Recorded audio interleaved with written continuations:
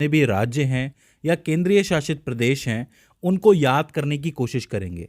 अक्सर मैं देखता हूं कि जितने भी स्टूडेंट्स हैं वो सवाल पूछते रहते हैं कि हमें नक्शा याद नहीं रहता है, क्या करें, कोई सिंपल ट्रिक है कि नहीं है। तो मेरी कोशिश रहेगी कि मैं आज आपको सिंपल से सिंपल तरीके से नक्शे को समझाने की और याद करवाने की कोशिश करूं। और मेरा विश्वास मानिए कि नक्शे को याद करना बहुत ही आसान है, तो हम बिना किसी देरी के उसको समझने की कोशिश करते हैं। तो देखो, आपके सामने भारत का नक्शा कुछ इस तरीके से दिया हुआ है। अब अगर मैं आपसे पूछूं कि सबसे पहले आपको नक्शे में कौन सी चीज़ याद रहती है, वो सब छोड़ दीजिए क्या याद नहीं रहता है। मैं आपसे पूछता हूं सिंपली, अगर नक्शा आपके सामने आ जाता है तो सबसे पहले आपको क्या याद रहता है। मुझे उम्मीद है कि ज़्यादातर बच्चों को राजस्थान याद रह जाएगा, क्योंकि इसका एरिया सबसे बड़ा है और ये दिखता भी अलग है। इसके अलावा जो बीच में जो मध्य प्रदेश कहलाता है, वो मध्य का हिस्सा भी याद रह जाएगा। दो चीज़ें तो रहेंगी। तीसरी चीज़, जम्मू कश्मीर भी याद रह जाएगा। लेकिन आपको पता है कि 31 अक्टूबर 2019 के बाद जम्मू कश्मीर और लद्दाख को अलग करके केंद्रीय शासित प्रदेश बना दिया गया है। तो दो चीज़ें ये हो जाती हैं। ठीक है, हो सकता है कि आप में से कई लोग और किसी राज्य से हों तो उन्हें अपना राज्य याद रह जाए। अब ये बात बताना मेरे लिए बहुत मुश्किल है, लेकिन हम एक पैटर्न को फॉलो करके चलते हैं। देखिए, नक्शे को जब भी आप शुरू करें तो आप नीचे से शुरू करें, क्योंकि नीचे का हिस्सा अगर आपको याद रहेगा तो कहीं ना कहीं बेस आपका बन जाएगा। ऊपर वाला तो आपको याद है ही, जम्मू कश्मीर वाला। तो देखो, नीचे की तरफ आप आओगे तो नीचे वाले हिस्से को हम कहते हैं साउथ जोन ऑफ इंडिया, यानी कि साउथ इंडिया। अब अगर साउथ जोन में हम देखेंगे तो साउथ जोन में हमें 5 राज्य मिलेंगे। कोई भी आपको कहता है ना कि साउथ इंडिया क्या है, तो 5 राज्यों से मिला हुआ एक पूरा zone he south zone of India है। 5 में सबसे पहले आपको याद रहेगा किनारे पे केरल। ठीक है, ये किनारे पे है, बिल्कुल इस तरफ है, आपका लेफ्ट की तरफ है, तो केरल याद रह जाएगा। केरल में होती है मलयालम, और इधर है बिल्कुल तमिलनाडु, यानी कि तमिल बोली जाती है।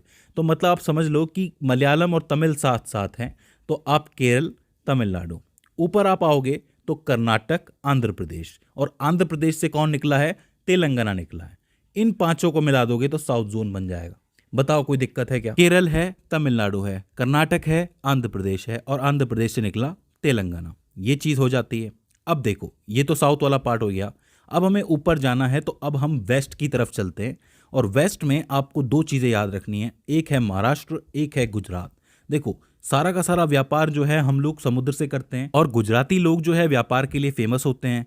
तो समुद्र के पास हमेशा गुजरात रहेगा। इसके अलावा महाराष्ट्र रहेगा, क्योंकि सपनों की नगरी है तो समंदर से होके ही गुजरेगी। तो महाराष्ट्र और गुजरात याद रखने में कोई दिक्कत है? अब गुजरात में इतना व्यापार कर लिया, महाराष्ट्र से इतना काम कर लिया, तो सीधी सी बात है, एंजॉय करने भी जाना है, थोड़ा घूमने भी जाना है, तो आ जाता है आपका गोवा। अब गोवा की खास बात यह है कि क्षेत्रफल की दृष्टि से ये सबसे छोटा राज्य है। तो समझो कि महाराष्ट्र और कर्नाटक के बीच में कहीं दबा हुआ है समंदर के किनारे गोवा। तो आपका साउथ जोन कंप्लीट हो जाता है, वेस्ट जोन कंप्लीट हो जाता है। याद रखना, वेस्ट जोन के लिए हमने राजस्थान को भी ले लिया है, तो राजस्थान, गुजरात, महाराष्ट्र से वेस्ट याद रख सकते हैं, और नीचे के 5 से साउथ याद रख सकते हैं। अब इसके बाद हम ऊपर चलते हैं, यानी कि ऊपर नॉर्थ की तरफ। अब नॉर्थ में मैंने आपको लद्दाख बता दिया, जम्मू एंड कश्मीर बता दिया। अब देखो, राजस्थान की जो बोली है वो मारवाड़ी है मेनली, और मारवाड़ी जो है वो कहीं ना कहीं हरियाणवी से मिलती है। तो ये आपस में ही है, मिले हुए ही हैं। तो सीधी सी बात है कि बोली की वजह से हम याद रख सकते हैं कि राजस्थान के पास है हरियाणा। अब हरियाणा की हल्की सी बोली पंजाब से भी मिलती है आगे चल के, तो आगे पंजाब आ जाता है।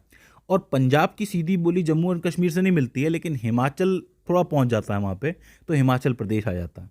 तो ये 3 जुड़े हुए हैं, हरियाणा, पंजाब, हिमाचल प्रदेश। याद रखना, हरियाणा, पंजाब, हिमाचल प्रदेश। अब चूंकि हम नॉर्थ में आए हैं, उत्तर के पार्ट में आए हैं, तो उत्तर से जुड़े हुए 2 राज्य हम याद रख सकते हैं। एक तो उत्तर प्रदेश है, लेकिन पूरा उत्तर प्रदेश ये नहीं है, इसमें एक छोटा सा टुकड़ा, एक छोटा सा खंड अलग है, जिसको आप कहते हो उत्तराखंड। तो उत्तराखंड, उत्तर प्रदेश साथ में याद रखा जा सकता है। तो नॉर्थ में क्या क्या है, जम्मू एंड कश्मीर है, लद्दाख है, इधर से 3 है, हरियाणा, पंजाब, हिमाचल प्रदेश, भाषाओं से याद रख सकते हो, और सबसे बड़ा राजस्थान तो है ही। तो उत्तर प्रदेश, उत्तराखंड हो जाता है।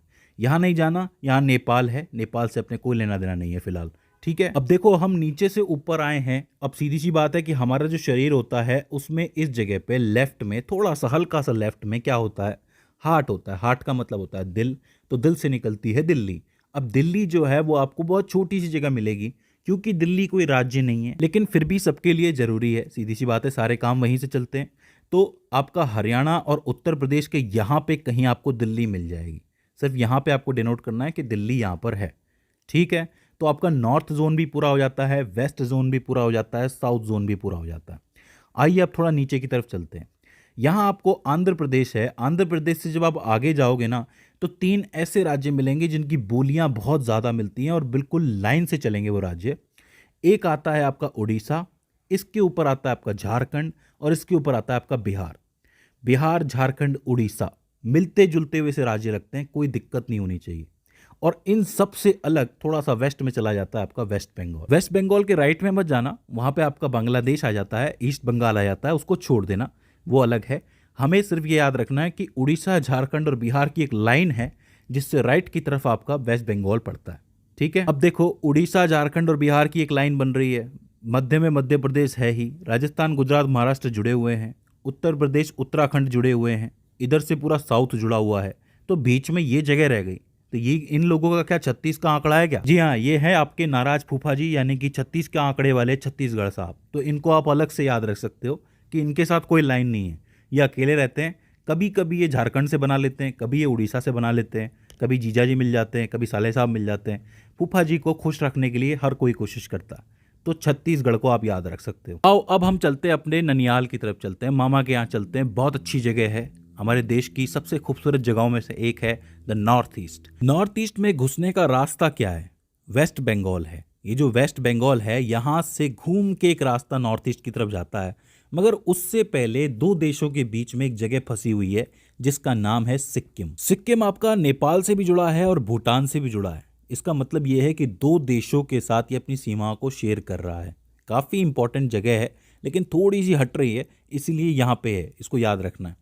अच्छा, वेस्ट बंगाल से जो रास्ता जाता है उसको आप कहते हो चिकन नेक, और चिकन नेक से आप अंदर घुसते हो तो आपको बहुत खूबसूरत जगह देखने को मिलती है, असम और मेघालय। देखो, असम के नाम से आपको चाय याद आ जाएगी। अब चाय की पत्ती असम में उग रही है, लेकिन चाय में थोड़ा पानी भी तो डालना पड़ेगा ना भाई। इतने अमीर तो नहीं है हम लोग कि सिर्फ दूध डाल के पिएं, और मोटी चाय तो हजम भी नहीं होती, मुझे तो नहीं होती, आपको होती होगी। तो मैं पानी डालता हूँ, और पानी डालने के लिए हमें पानी चाहिए जो हमें मेघालय से मिलता है, क्योंकि वहाँ पे मेघ बहुत है, पानी बहुत बरसता है, सीधी सी बात है।